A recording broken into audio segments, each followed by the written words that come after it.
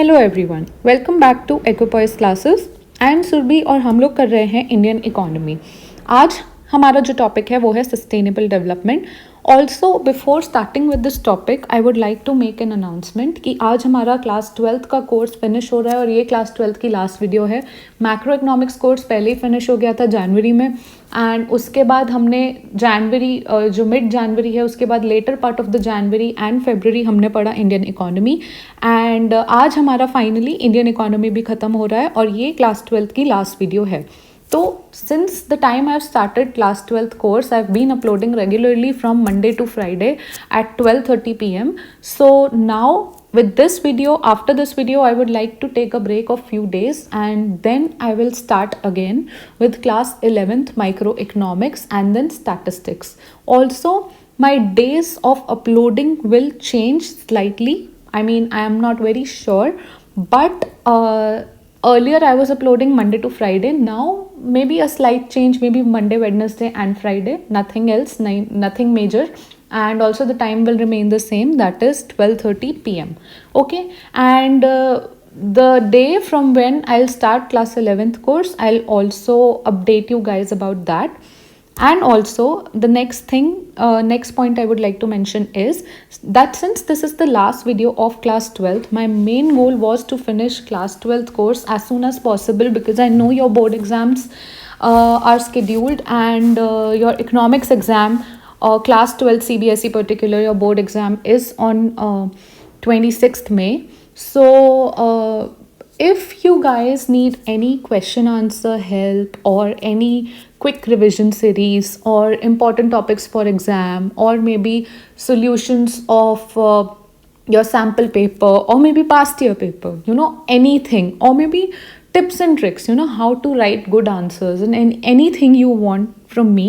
So you have my email ID in the description box. Also you have my contact number in description box, and even if you don't want to take the pain of calling me or sending me a mail, so you're most welcome to write your suggestions or requirements or any advice or even any criticism in the comment section. So comment box is open for that. With this, my announcements are over, and let's begin with the video.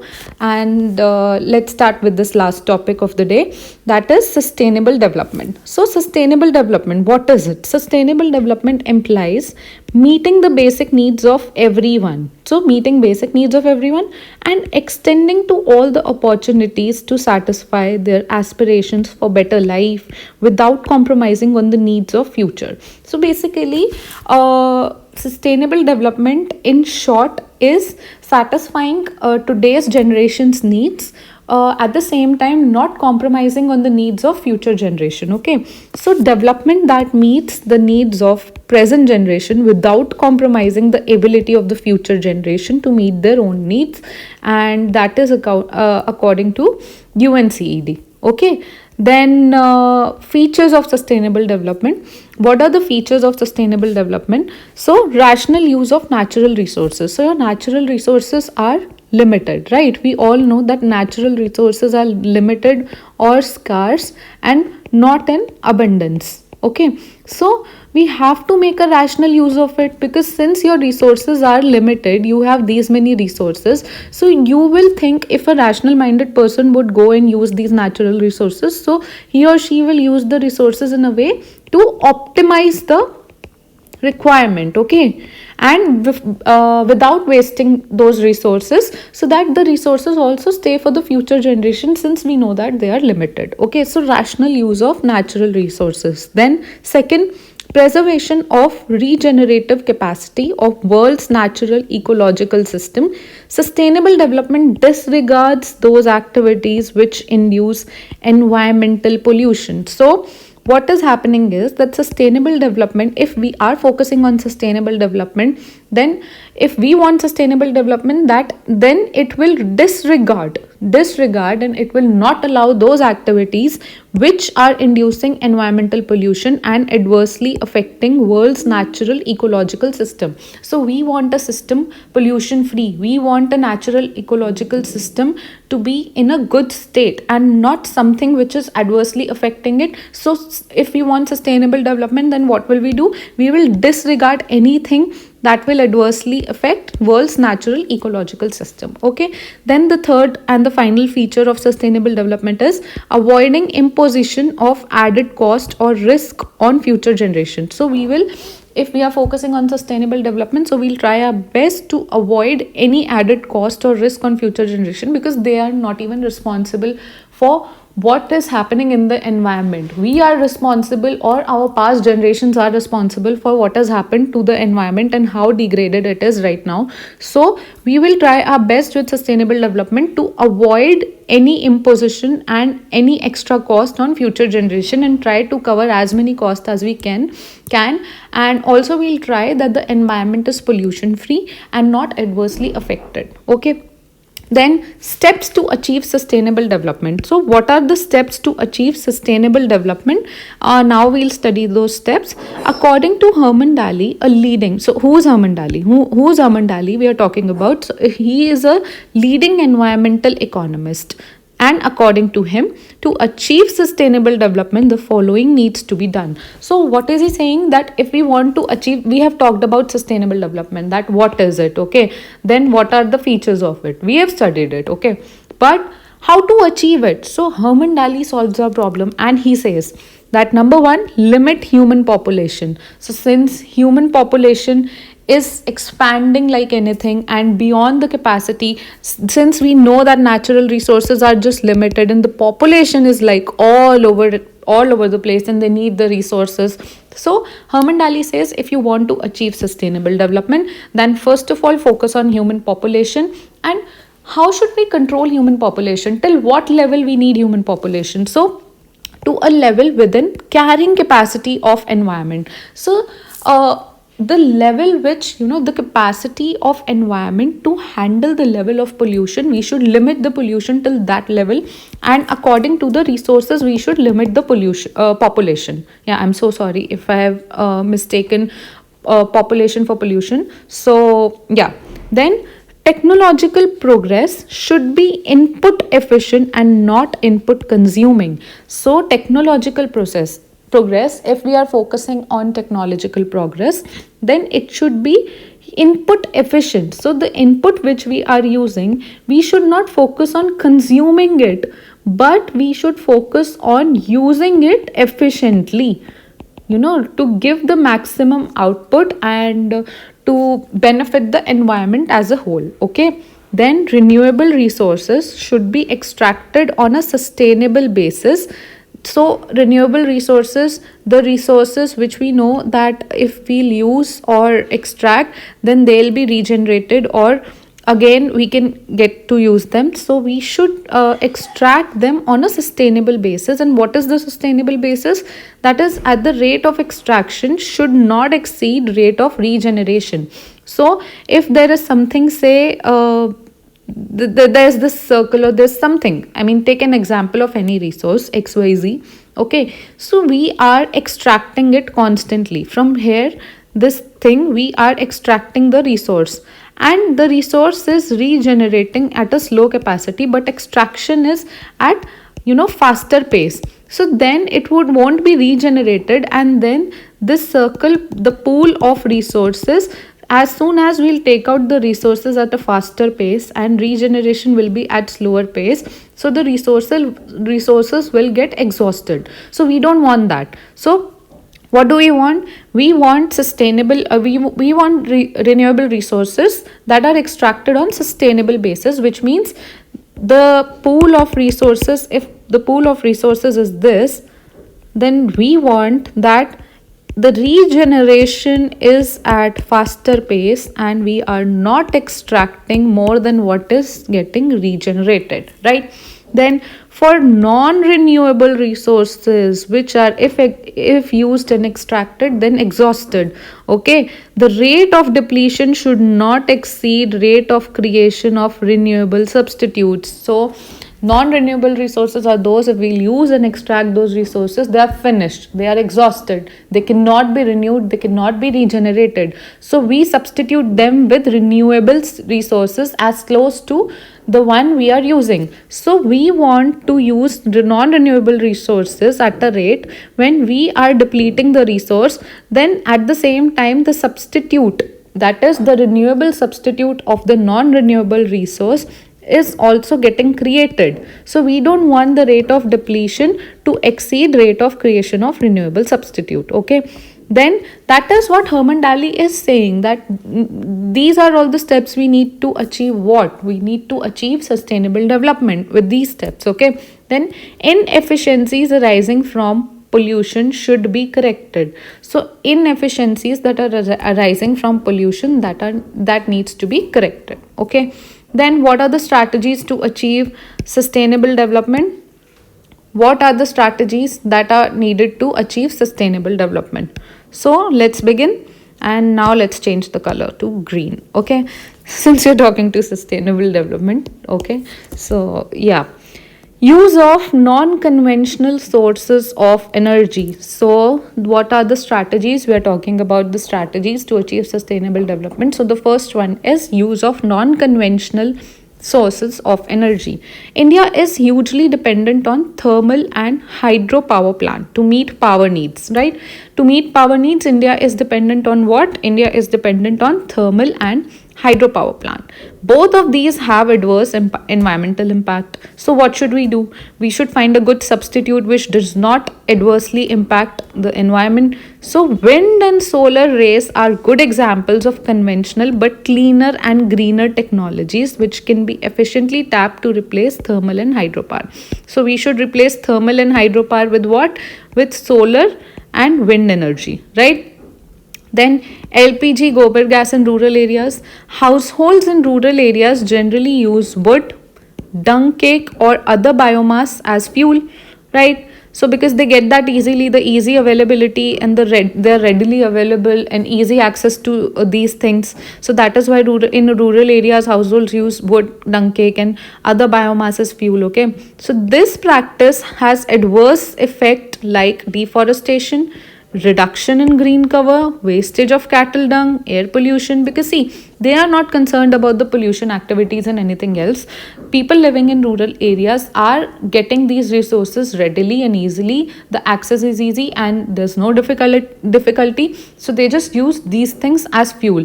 So, but these things in return, what does these things do? So they adversely impact the environment, and how deforestation happens, and then reduction in green cover, wastage of cattle dung, air pollution is occurring. So these things are happening. So what should we do to rectify this situation? Subsidized LPG is being provided. Also, gobar gas plants are being provided through easy loans and subsidy, because when they are provided through easy loans and subsidy, so rural people can go and have access to them easily, because now they have the money, or maybe they are cheaper to them. Okay, so for the gobar gas plant to function, cattle dung is fed to the plant and gas is produced, which is used as fuel, while the slurry which is left over is a very good organic fertilizer and soil conditioner. So the slurry which is left, this is also used how? As a organic fertilizer and soil conditioner. And liquefied petroleum gas, LPG we are talking about now. So LPG is clean fuel. It reduces household pollution to a large extent. Okay, so we are discussing the problem and the solution, or the substitute which can act as a good solution, right? So then the third point is CNG in urban areas. So in Delhi particularly, the use of compressed natural gas, that is CNG, as a fuel in public transport system has significantly lowered air pollution, and the air has become cleaner in last few years. So you, on a contrary, you may would like to raise a question that air pollution in Delhi is getting worse and worse, but the factors of the air pollution and why it is getting worse are totally different, but then it would have been even worse if the CNG was not there. So then public transports are using CNG. You can see CNG buses, okay, CNGs in car, and it has lowered air pollution comparatively to the past, if we compare from the past till now. But what is worsening the air pollution, those factors are now different. Okay, so but CNG has helped, that is what we are talking about. Then wind power. So in areas where speed of wind is usually high, windmills can provide electricity without any adverse impact on environment. So where wind is high in the areas, so your windmills can, what can they do?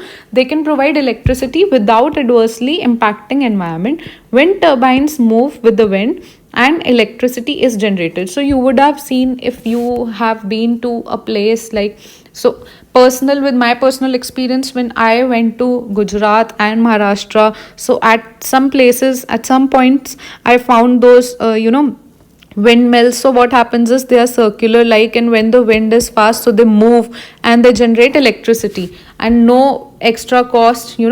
Although the initial cost is high, but the benefits are more than the cost. Yeah, that is what matters, that electricity is provided, and the benefit is what? Benefit is like environment is not getting adversely impacted, which is a huge benefit.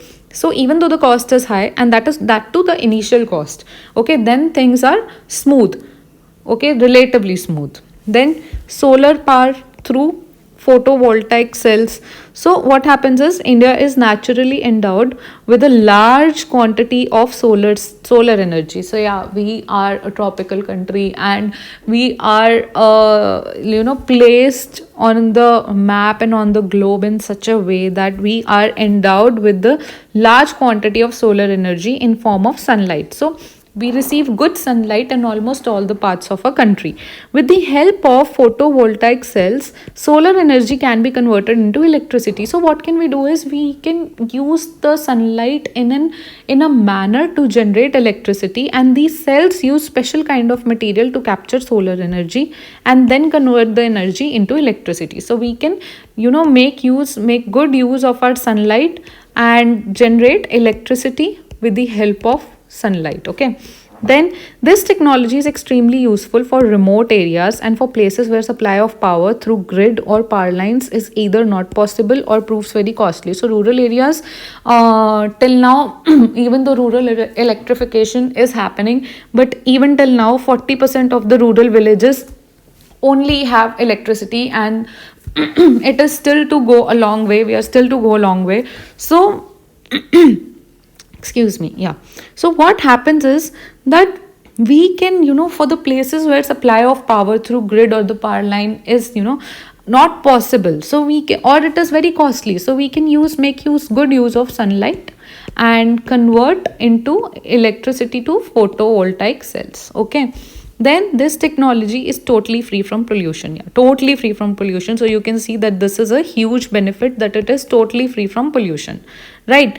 Then mini hydel plants.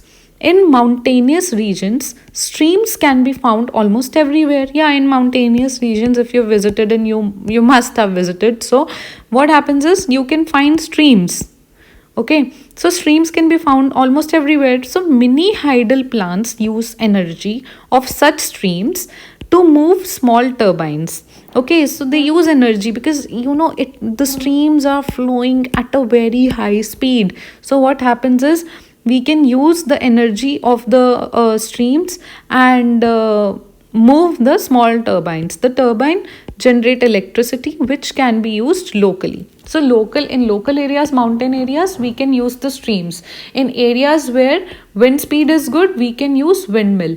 And then in areas where sunlight, in almost all the areas, so we can make use of the sunlight and through photovoltaic cells convert it into electricity. So you can see that wind, sunlight, streams, all of these things, local areas. So whatever your local area has speciality in, so we can use that thing and convert it into electricity. So if you have good streams, you can make use of streams. You have good sunlight, make use of sunlight. You have good wind speed, make use of the wind speed. Okay, Such power plants are environment friendly as they do not change land use pattern.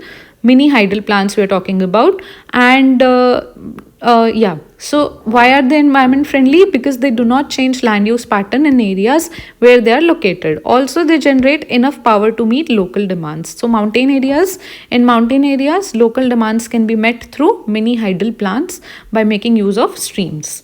Then traditional knowledge and practices. So we should go back to our traditional knowledge and practices. Yeah, so India has about 15,000 species of plant which have medicinal properties. So we have a lot of species of plant, from which we can make medicines. Okay, then about 8,000 of these are in regular use in various systems of treatment. So 8,000 are in use, whereas still 7,000 to go, and they also have medicinal properties, but they are not being used efficiently, whereas the other 8,000 which are used in Ayurveda, Unani, Tibetan and folk system, right? Biocomposting. Farmers in large number all over the country have again started using compost made from organic waste of different types. In certain parts of the country, cattle are maintained only because they produce dung, which is an important fertilizer and soil conditioner. Okay. Earthworms can convert organic matter into compost faster than the normal composting process. So, earthworms can be used, otherwise, the organic matter will convert into compost and it will take time and it will be a slow process, whereas earthworms can make the process faster.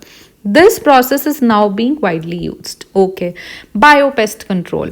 So, with Green Revolution, states started using more and more chemical pesticides. This is what we studied when we were studying about Green Revolution and India at the time of independence in my initial videos. Also, yeah. So, all the links of my videos are in the description box. You can just find the topic and side by side the link is provided, so you can just click on the link and watch the video and then come back to the videos. Whatever video you like, whatever video you require, you can just find it and watch it. Okay, so yeah, coming back to the topic, since we were talking about Green Revolution, so when Green Revolution started, more and more of chemical pesticides were used for higher yield.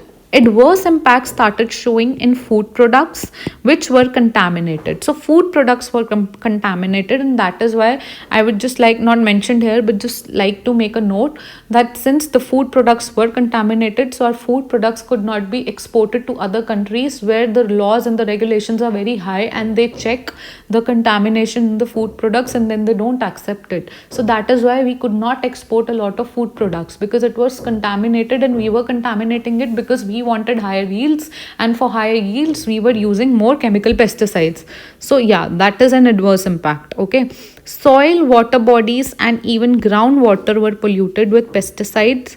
Milk, meat and fishes were also found to be contaminated. So you can see everything was, groundwater is contaminated, polluted, meat and fish contaminated. So everything was contaminated. Why? Only because of chemical pesticides, and not only because of chemical pesticides, but because of more and more use of chemical pesticides. Okay, so chemical pesticide, if used in a limited quantity and maybe smaller quantity, may not harm or contaminate a lot of things, but then it is used in higher and higher quantities. Why? To get higher yields. Okay, then efforts are made to have safer methods of pest control. Neem based pesticides are environment friendly and free from side effects, so we can use neem and neem based pesticides. Okay, various animals, birds help in controlling pests. For example, snakes are one of the prime group of animals which prey upon rats, mice, and other various other pets. Okay. Similarly, large varieties of birds like owl and peacock prey upon vermins and pests.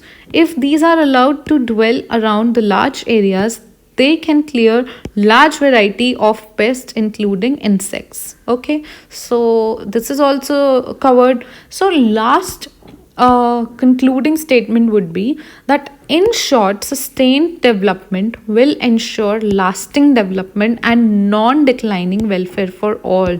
So you can see the dual benefits, and which are huge in a way, that if we want sustained development, so sustained development means that long lasting development. Okay, long lasting development that is which will help and benefit future generation. Pardon for my writing, I'm just in order to write quickly, the writing is like this. And then the second benefit, non declining welfare, like the welfare for all, plus it is non declining. So yeah, this is also what matters. And with this, we have finally concluded this video as well as Indian economy course and as well as class 12th overall economics course. Like your course is finished with this video. Okay, so I would not like to repeat the announcements that I made earlier in the video, and I would only like to state that I worked very hard to bring the entire content and the course of class 12th for you all as soon as possible, as quickly as possible, because I worked hard for creating content and then uploading it daily Monday to Friday at 12:30 p.m. as I promised initially when the course was beginning. So I did not take even a day off and consistently and continuously uploaded videos from Monday to Friday 12:30 p.m. only for the course to get finished to benefit you all. So, and even if you're not in class 12th, we all know that people who are preparing for UPSC or SSC, and when you have to prepare for economics, which comes in GS3 for UPSC people, so even you are told to first follow class 11th and 12th basics and then to follow any other substitute or